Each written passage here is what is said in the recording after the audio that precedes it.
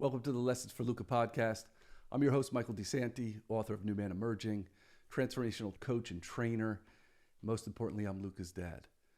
The last episode I did, I spoke about, what is this all for? What is this transformational journey about? What is self-discovery and personal growth about?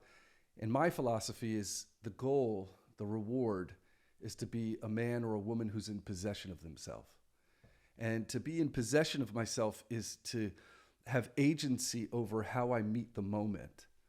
And I want to go deeper into that this episode from a bit more of a psychological and scientific explanation to it, and also to go a little deeper into what does it mean when I'm not in possession of myself?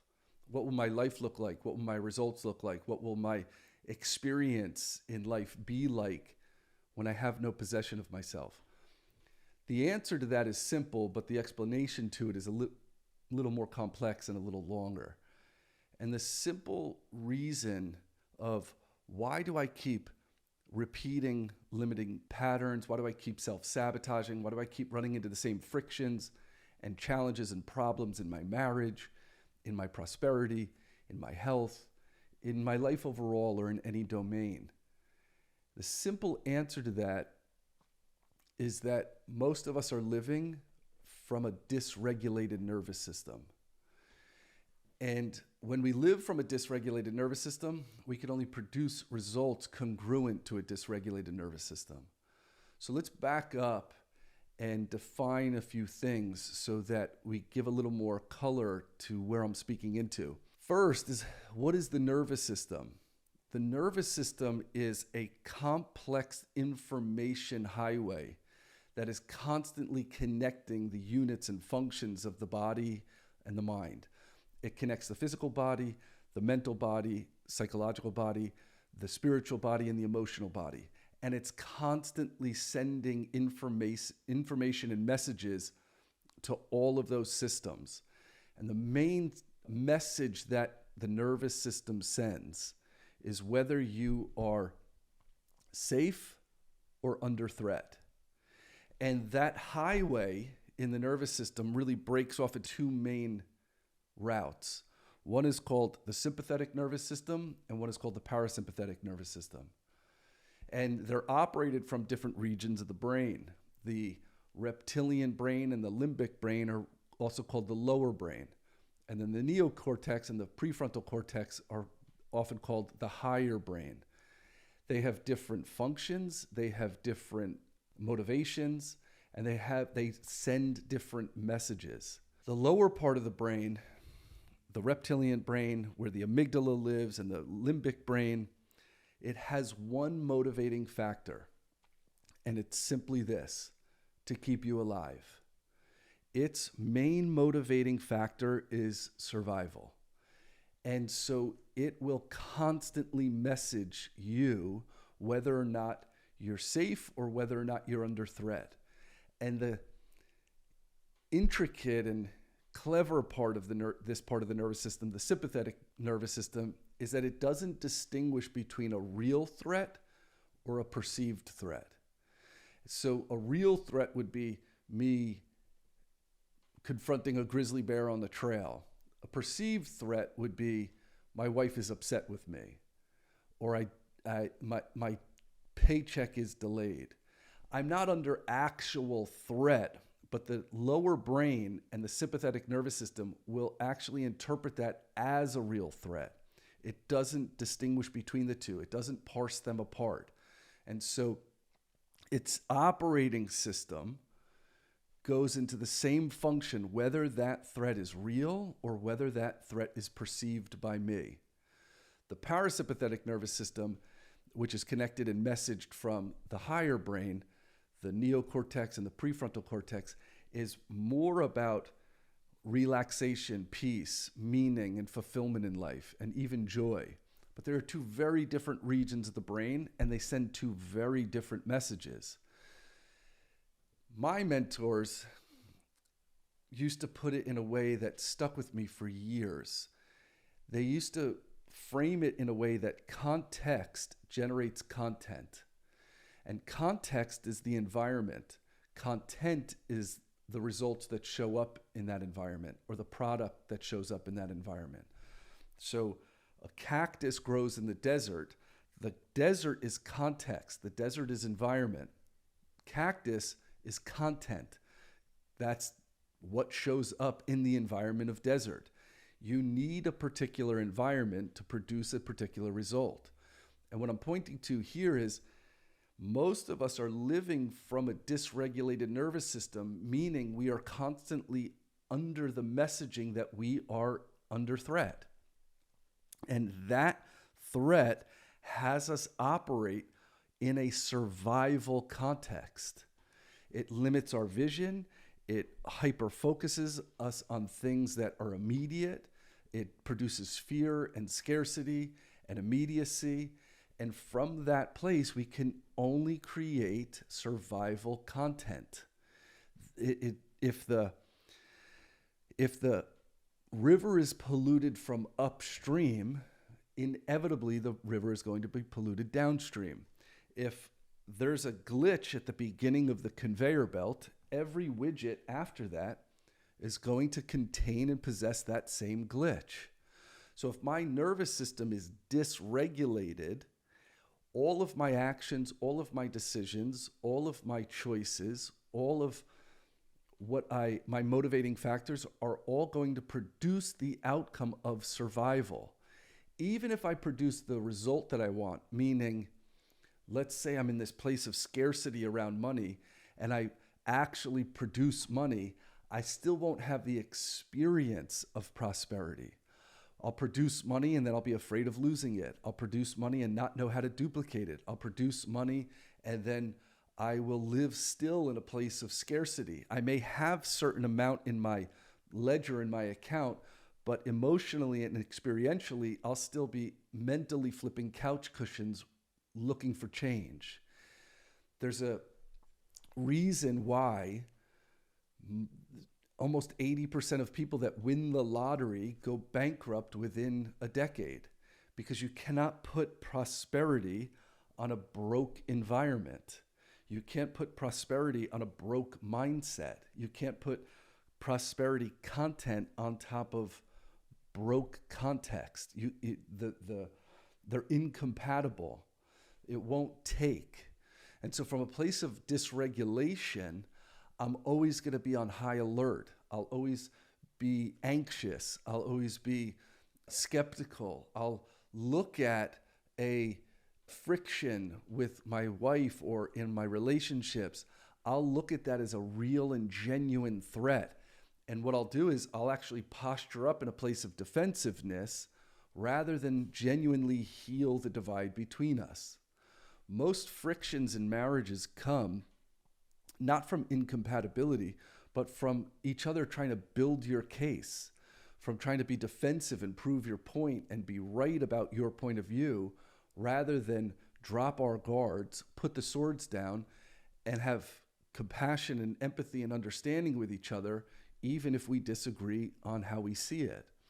And so when we are dysregulated, that means upstream is being polluted, and downstream it can only create those same results. When I want to break this down too into the transformational angle that's also connected to our biological angle. And in transformation, we say that we have 4 survival contexts or 4 survival strategies. And typically those are to look good and fit in, to be comfortable or do what's familiar, to be in control, or to be right.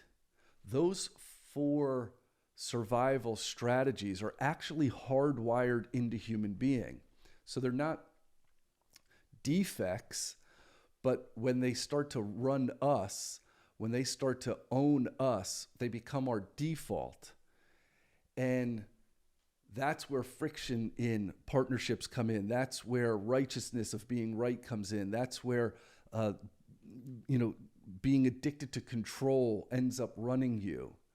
And those patterns over time, as they're practiced over and over again, as the nervous system is messaging the body over and over again that you're under threat, those survival strategies become unconscious and they go on automatic. They become your default. So when you're met with stress, and then the nervous system, the sympathetic nervous system, interprets that as threat, you go to these defaults, which create more and more dysregulation in the nervous system. Again, they're not glitches, but they need to be tempered. If you take the first survival strategy to look good or fit in, that's biologically programmed in human beings. For thousands of years, our survival was based on the unit. We lived in tribes, in bands, in packs for thousands and thousands of years. And we all relied on each other to fulfill certain functions. And my survival was directly connected to the universal survival of my tribe. They interacted, they interplayed with each other. That I fit a certain function, and if I fit that function, then the tribe would meet my needs. So we are hardwired to be team players. We are hardwired to fit in. And thousands of years ago, to be excommunicated or to be rejected from the tribe and to be put into isolation was almost a certain death penalty because we wouldn't survive on our own. And so there's a biological programming that when we feel like we're going against the crowd, when we stand out, when our opinion differs than others, there's a part of us biologically programmed that feels like this is a certain death, that I'm under threat. And so we acquiesce or we shrink ourselves so that we meet that need to fit in or that need to belong because we feel as though isolation is certain death. And so we're biologically programmed that way. But if I practice that over and over again, if I practice capitulating my authenticity or my deeper desires only to fit in, that's going to create a level of anxiety in me. And I'm going to be operating from that level of anxiety, and I'm going to be making choices, actions, and decisions based on that level of anxiety, which comes from a perceived threat and dysregulated nervous system. I will always produce results congruent to it. It's the simple law of cause and effect. The second survival strategy is the need to be safe or do what's familiar and be comfortable. And this is what creates what we call our comfort zone. But when we're honest about it, your comfort zone isn't very comfortable. Our comfort zone keeps us limited in really a familiar pattern. And this is really, really key. Humans don't default to what's healthy. We default to what's familiar.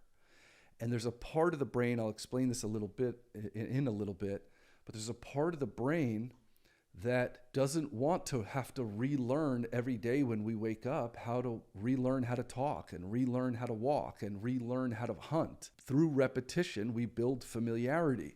That familiarity is actually a key component to our survival. So that every day I wake up and I don't have to relearn everything that I know. But when that familiarity goes on an unconscious default from a dysregulated nervous system, I'm actually going to do what's comfortable and what's familiar and what I think is going to keep me safe. I'm going to do that rather than take a risk, start something new, innovate a creative idea, create and invent a whole new life because I'm going to associate safety with my comfort zone or safety with my familiar zone. So that's deeply biologically programmed into the human being. The third survival strategy is the need to be in control. The need to be in control becomes an addiction, so much so that people that become addicted to control feel like they need to control everything, which is an impossibility, and in turn constantly feel out of control because it's an insatiable appetite. There is no way to control everything in life. But the programming of human being is that deep down, we crave some level of predictability in an otherwise unpredictable universe. And so what we do is we there are certain things we can control. We can control our habits. We can control our actions. We can control what we say. We can control what we think. We control how we act. But what we can control is dramatically limited in the whole course of the cosmos. When we start to overfocus on what we can't control, again, that breeds this anxiety, and it constantly messages me and my nervous system and all the functions of my body that I'm not safe because I can't control everything. And I conclude or tell myself that once I can control everything, then I can relax. But like I said, there are certain things, very limited things that you can control, and there's a almost infinite list of what you can't control. So we end up setting ourselves up for this self-sabotage because we keep messaging ourselves and keep communicating to ourselves that once I control everything, then I can rest and relax.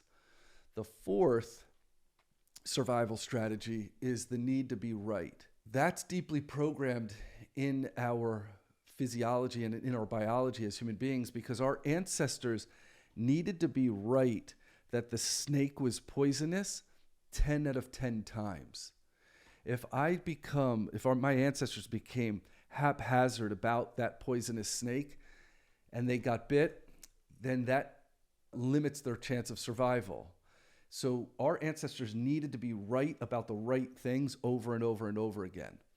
But when that need to be right goes on automatic from a dysregulated nervous system, then I will actually show up to relationships or even friction points in my marriage or in parenthood, and being right will be more appealing to my nervous system than being happy, than correcting the issue that's at hand, than creating harmony in the family unit. That need to be right, we conclude that if I'm right and I win, then I'll survive and I'll eliminate the threat. Now, all of these things that are deeply programmed in us, they are critical to survival of the lower brain. To fit in and to look good, to do what's familiar and be safe, to be in control, to be right. For there's a part of the lower brain that ensures survival. That ensures that I get fed. That ensures that the tribe and the band is safe to a point. Remember, the sympathetic nervous system does not distinguish between a real threat and a perceived threat. So if I actually pause and zoom out and look at my life and understand all my needs are met, I'm not under threat, then I can actually start to tame or temper that old default. Because survival can only produce survival results. So I may have all my needs met in reality. I may have, the woman that I asked to marry me at one point, but if that may be a reality, I may have enough in my bank account. I may have my health and prosperity actually handled right now. But if I keep messaging, if my nervous system and sympathetic nervous system keeps messaging me that I'm under threat, I'm never going to genuinely experience that moment and all that I have, or at least have access to. I'm going to live in this state of insecurity, scarcity, fear. What if I lose it? What if it goes awry? What if the next shoe drops? And I'll live in this place of almost mental catastrophe, because that's actually the job and the programming of the lower brain. The lower brain only wants to keep you alive. But alive and living are not the same thing.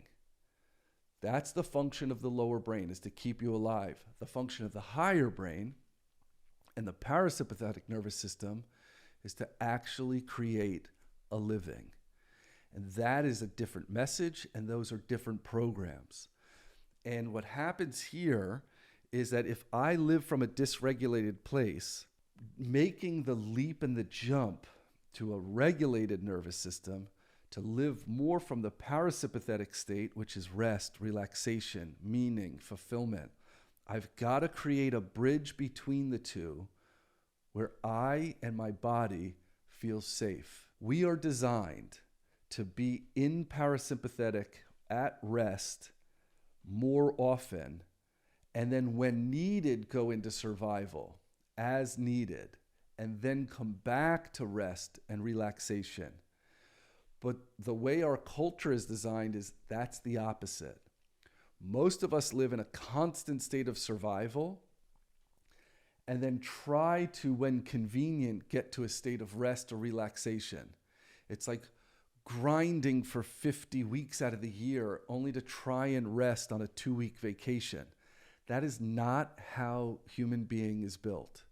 Human being is built and designed to be at rest and go into survival when needed and then return back to rest so that you can accurately see the landscape, you can accurately create the life that you want to live. And when survival is necessary and needed, go into it.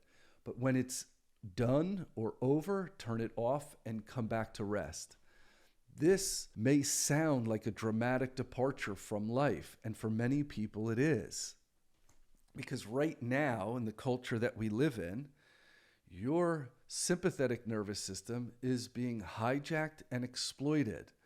And we are being marketed to and programmed to that you're not enough, you're under threat, your outrage becomes addictive, threat becomes addictive, and it's being exploited that your life and who you are as you are is not enough.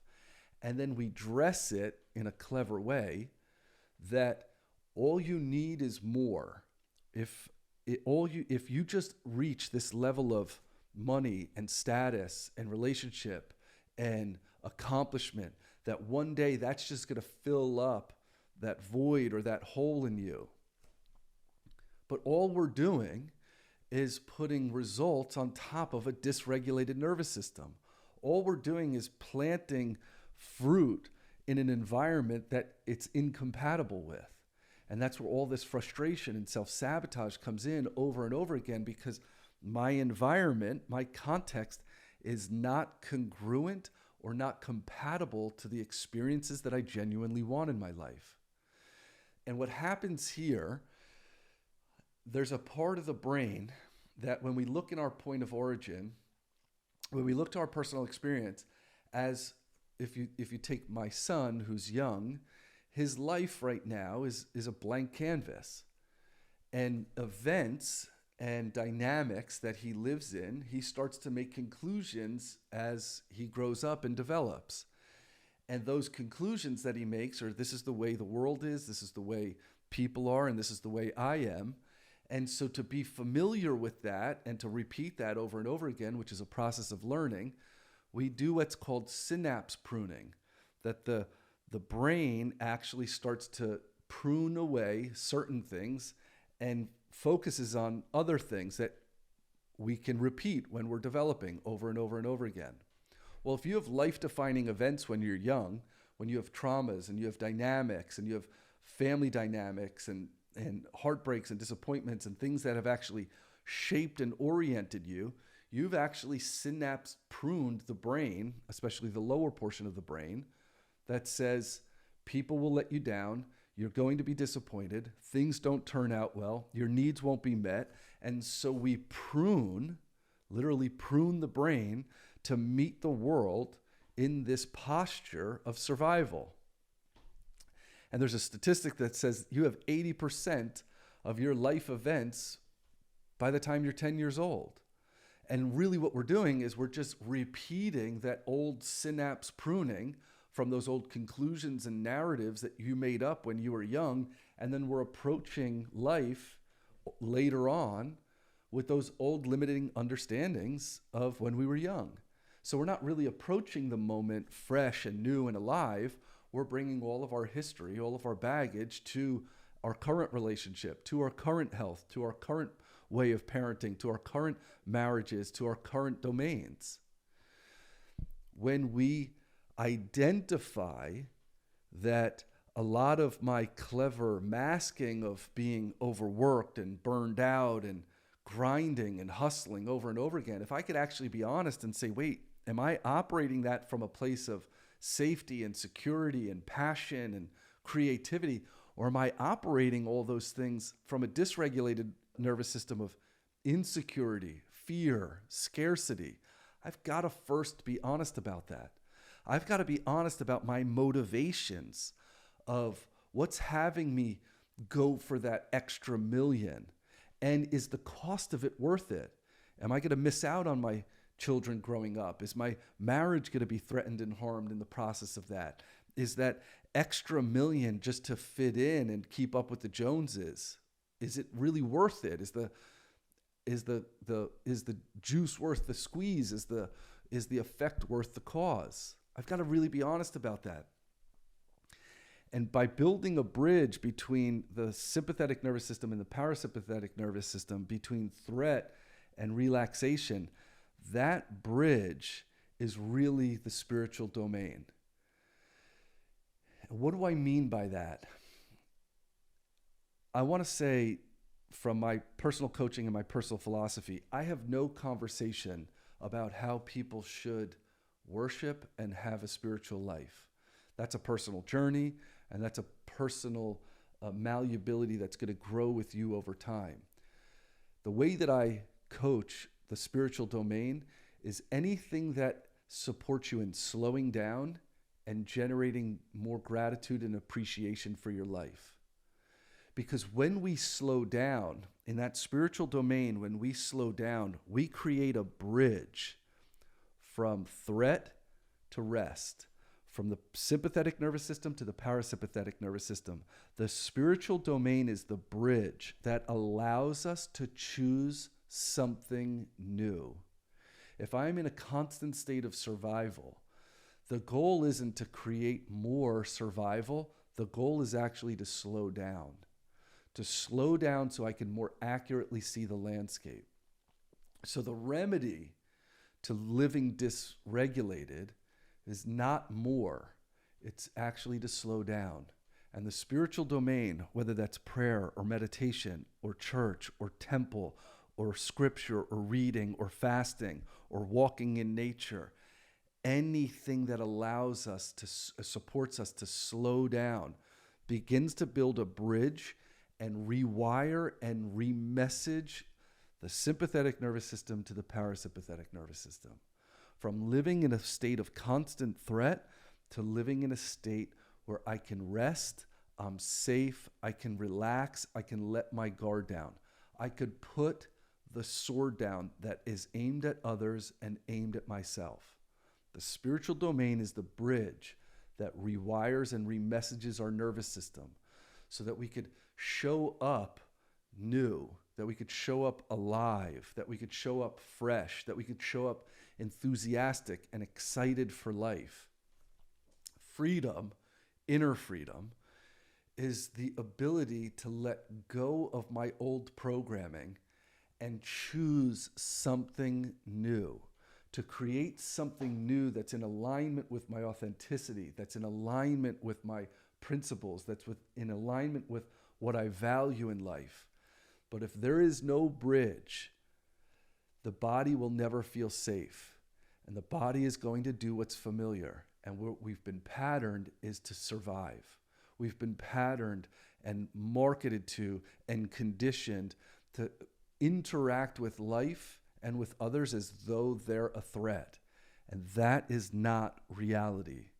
The reality is we are programmed to be in a state of rest and go into survival when needed. And if that is crisscrossed, if those wires are interconnected, if those wires are programmed in an unhealthy way, we're never going to produce the thriving life that we want. Inner freedom and being in possession of ourselves is the ability to choose and create something new that's fresh and alive to this moment, not to my history, not to all of that pruning that happened when I was young, not to all of my baggage and all of my reflexivity and all my reactivity. The only thing I can generate from here is the patterns that I already know and that are already familiar. But if I want to choose and create something new, I must build a bridge between my old context and my new desired context.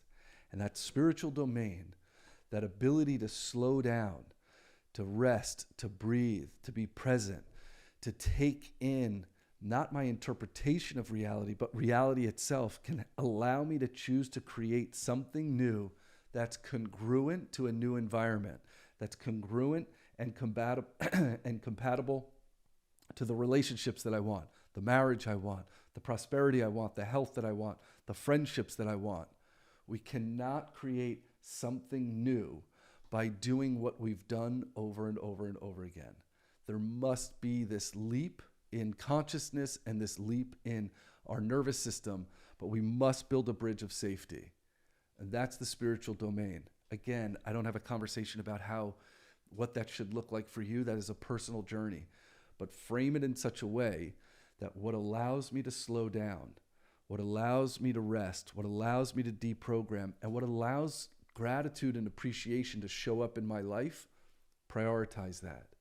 Make that a guiding force in your life, because every time you do that, you're actually weakening some of these old default systems. You're weakening some of those old reactive survival mechanisms and those strategies.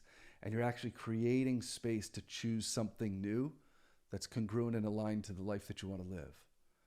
And so that's what it means to be in possession of ourselves.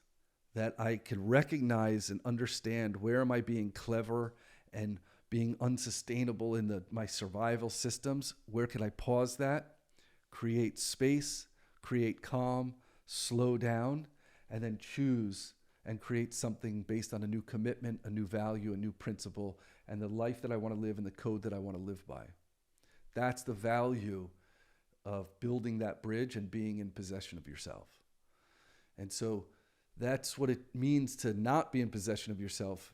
I must understand that I'm going to repattern, self-sabotage, keep running into the same conflicts, same frictions over and over again.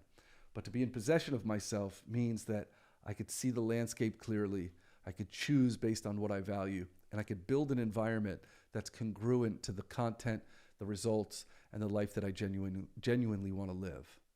Hope this was valuable for you. As always, thank you for being on this journey with me. And until we meet again, be a good man, live a good life, and determine each of those for yourself.